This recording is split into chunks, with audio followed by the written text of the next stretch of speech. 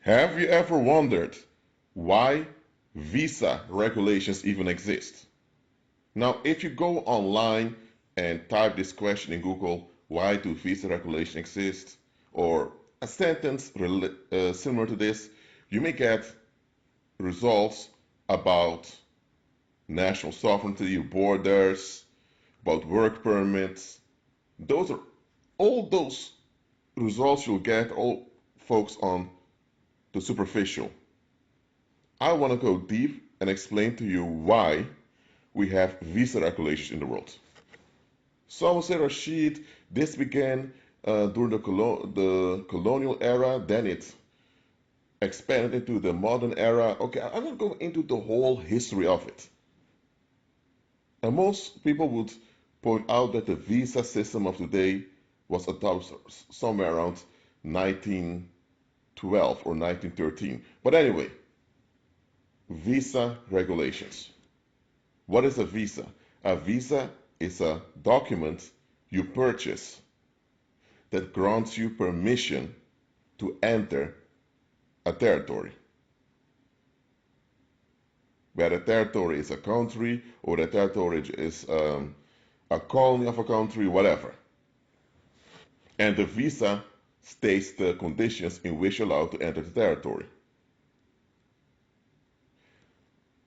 Commonly, you have a tourist visa, a student visa, a worker's visa, in which you're allowed to work.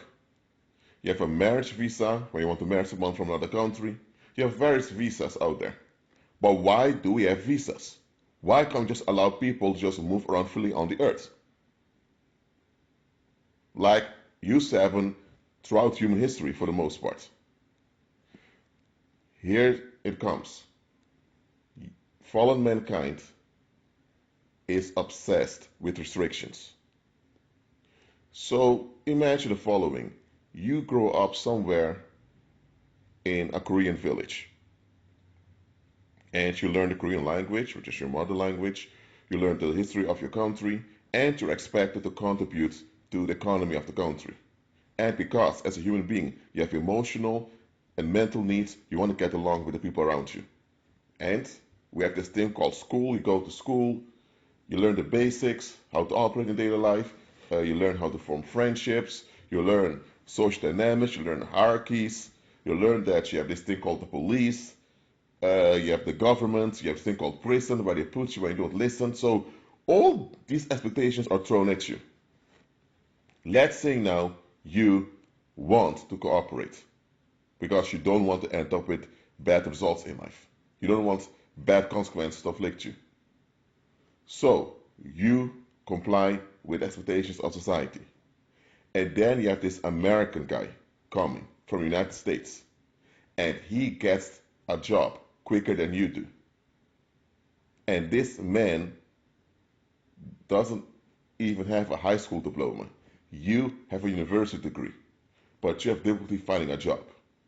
And people look down on you for not having a job after searching for 2 years. And this American comes in and gets a job easily. How will that make you feel? It will make you feel bad.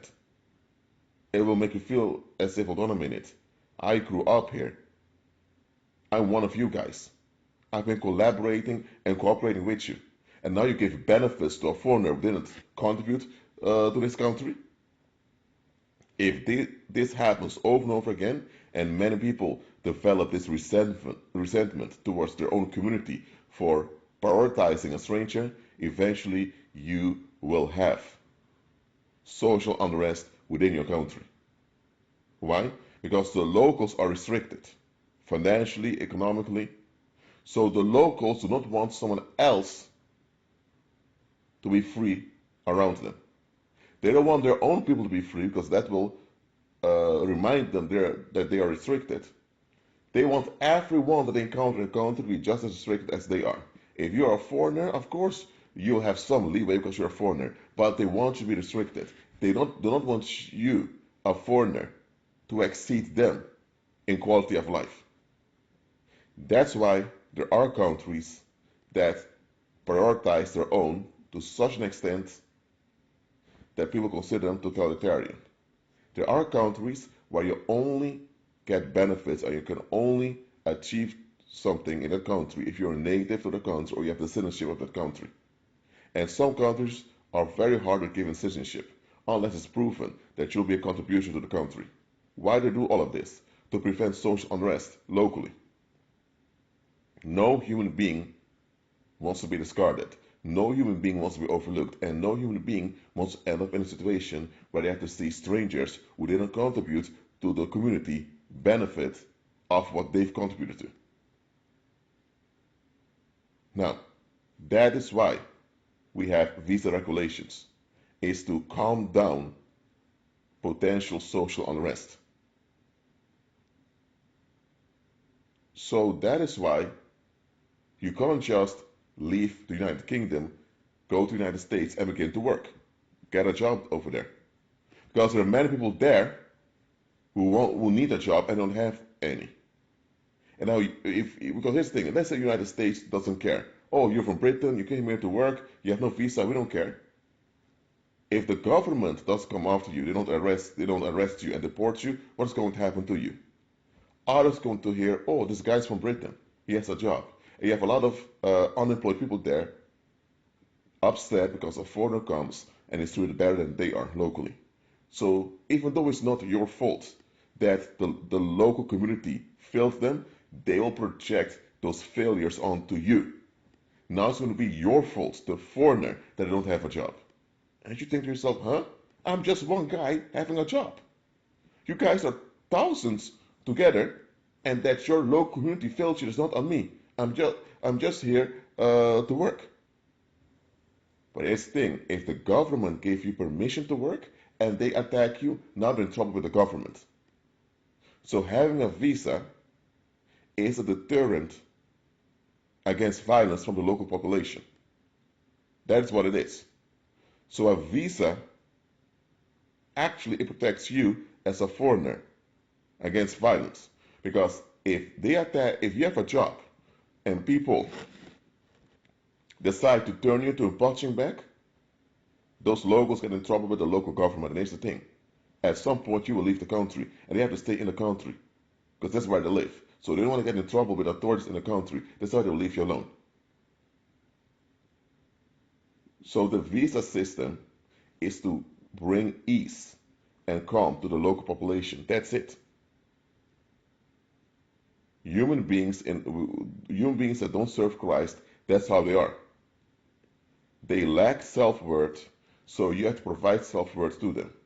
And seeing strangers getting ahead in life makes them feel overlooked. And when worldlings feel overlooked, they become anxious, they become resentful, and some will even explode with physical violence. You don't want that. So now you know why we have visa restrictions. And here's another reason why the visa system exists. A country is an economic unit that governs a geographical area. That's what a country is. Because that geographical area is just nature. It's a landmass with trees, with forests or deserts, rivers. There are animals living there. We have mountains, and there are natural resources. So it's just a geographical area, but you have an economic unit that operates there. And the economic unit is run by leaders who lead the local population. So a country is an economic unit that operates in a geographical area, and the leaders of this economic unit, they hold the claim to this geographical area as their territory. That is what a country is. So you need the population to have a country. Without the population, you have no country.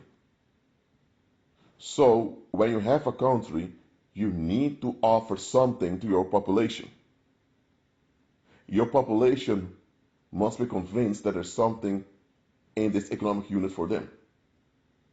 That's why you cannot afford to let foreigners, or better said, strangers, to come and just take advantage of your economic unit. If you allow this to happen, you will lose the credibility amongst your own people. So, again, you need to convince your own population that you have something to offer them. Even if you have nothing to offer them, they must think you have something to offer them. And one way you can express this is by having restrictions that make them feel special. By arranging it in such a way that not everyone can come into the country and do their thing, the locals feel special. And because they feel special, they feel included. Because people feel included, they tend to treat each other better. It's all psychological. Visa regulations are psychological. Those are psychological operations. Do you seriously think the president of the United States cares if you entered the country and you began to work and you pay taxes? Well, you contributed to the country, you did labor. So why would he be upset? The thing is, he's not losing anything. The ministers or the politicians won't miss anything either because they get paid every month anyway. But the locals will take offense. And they need to prevent the locals from losing it. And by the way, if you go to a country for a little while and you leave, and after you leave, there's a lot of contention, nobody wants that. And I'm not saying I agree with all visa regulations, but I understand why they are in place. That doesn't mean all of them are justified. You now know the reason to calm down the masses. So, learn to view things in proper context. Don't just look at the surface of things. Oh, there are borders. First of all, borders are artificial restrictions also. Oh, there are borders, orders, this and that. Okay, but why are they in place? The real reason why they're in place, not the superficial reason you were taught in school. And then you have to look at psychology of the population, and you'll figure out why those things exist. Well, that's it for now. Keep on agreeing with Christ and be at peace.